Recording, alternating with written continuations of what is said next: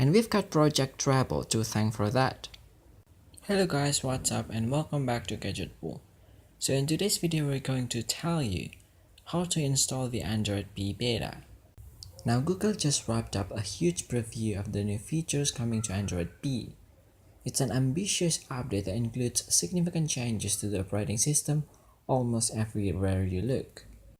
The official release of Android P won't happen until late summer, but you don't have to wait that long to try out P's new gestures, see the new look, and go over the depressing data showing how much time you're spending on your phone.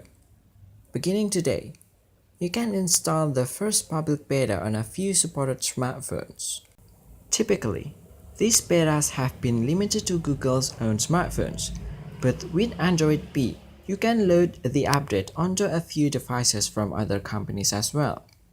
This is the widest mix of products that have had day one access to a beta of a new version of Android. And those supported devices are Pixel 2 and Pixel 2 XL, Pixel and Pixel XL, Essential Phone, Sony Xperia XZ2, OnePlus 6, Xiaomi Mi Mix 2S, Nokia 7 Plus, Oppo R5 Pro, Vivo X21. Anyway, what do you guys think? Leave us your thought in the comment section below. Please give us a like if you enjoyed the video and don't forget to subscribe to our channel for more info and update. Thank you for watching and I'll see you guys next time.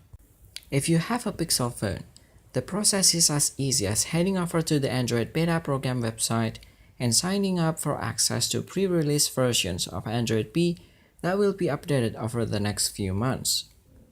Make sure you're signed into Google with the account that's tied to the phone you'll be using. After you register, you'll get a notification on your device about a system update being available. That's Android P. Usually, it doesn't take too long to get that prompt, but since a ton of people will be rushing to install the new update today, you might have to wait a bit.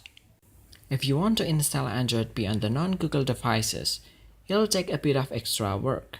There's no over-the-air installation method. You'll have to flash your smartphone with the beta build of the operating system. That's not terribly daunting if you're good at following directions. But there's always the risk of messing something up. It's also worth noting that most of these companies aren't offering customer support if you're on the beta. Installing it isn't going to void your warranty or some nonsense, but if you run into a bad bug or glitch, it's up to you to solve it or flashback to Oreo.